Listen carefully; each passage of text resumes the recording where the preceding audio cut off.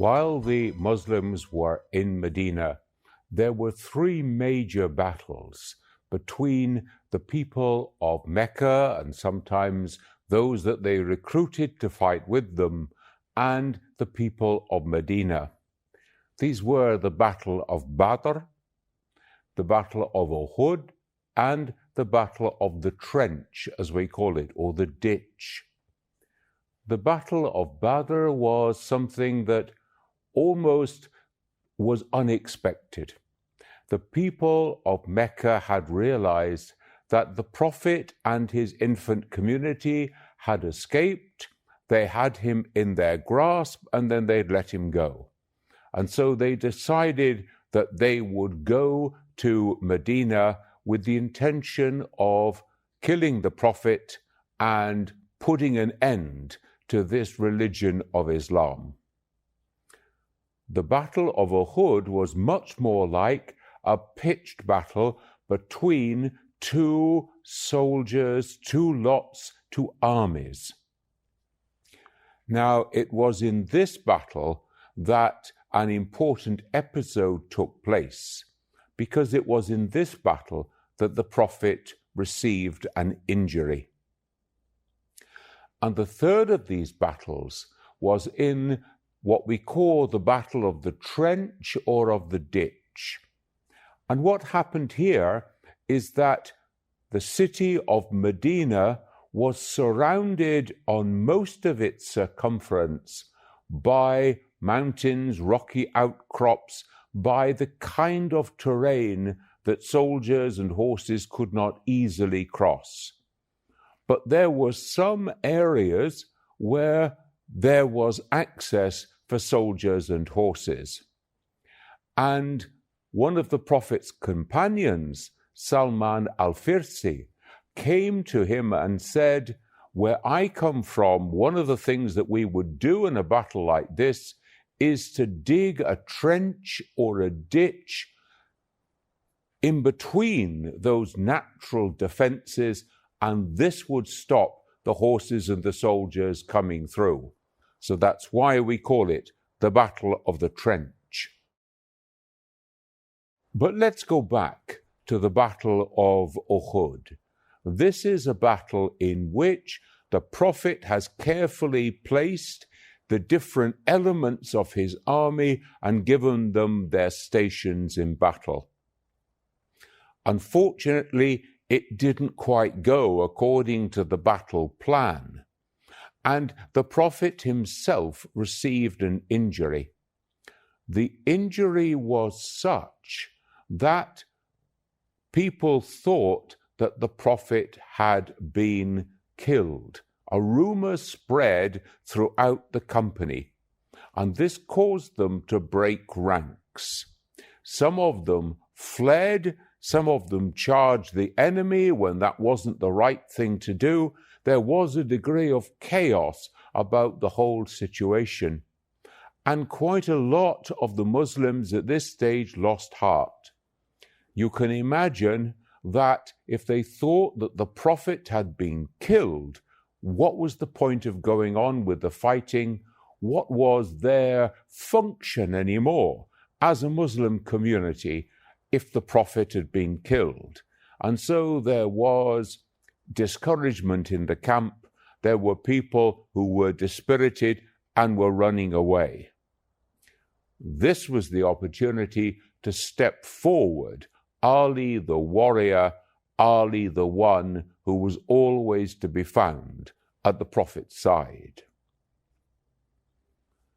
Ali worked his way through so that he could be beside the Prophet and give him a chance to rest and to recover from the injury that he had received. And Ali, as it were, stood guard over the Prophet, keeping off the enemy who were wanting to press home their attack.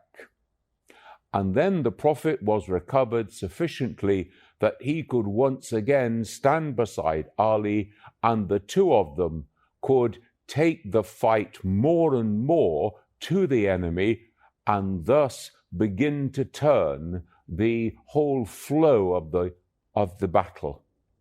this had a profound effect upon the remainder of the Muslim army, because what happened is that they decided that they could come back and rally around the Prophet, and they would continue on until the fight was won.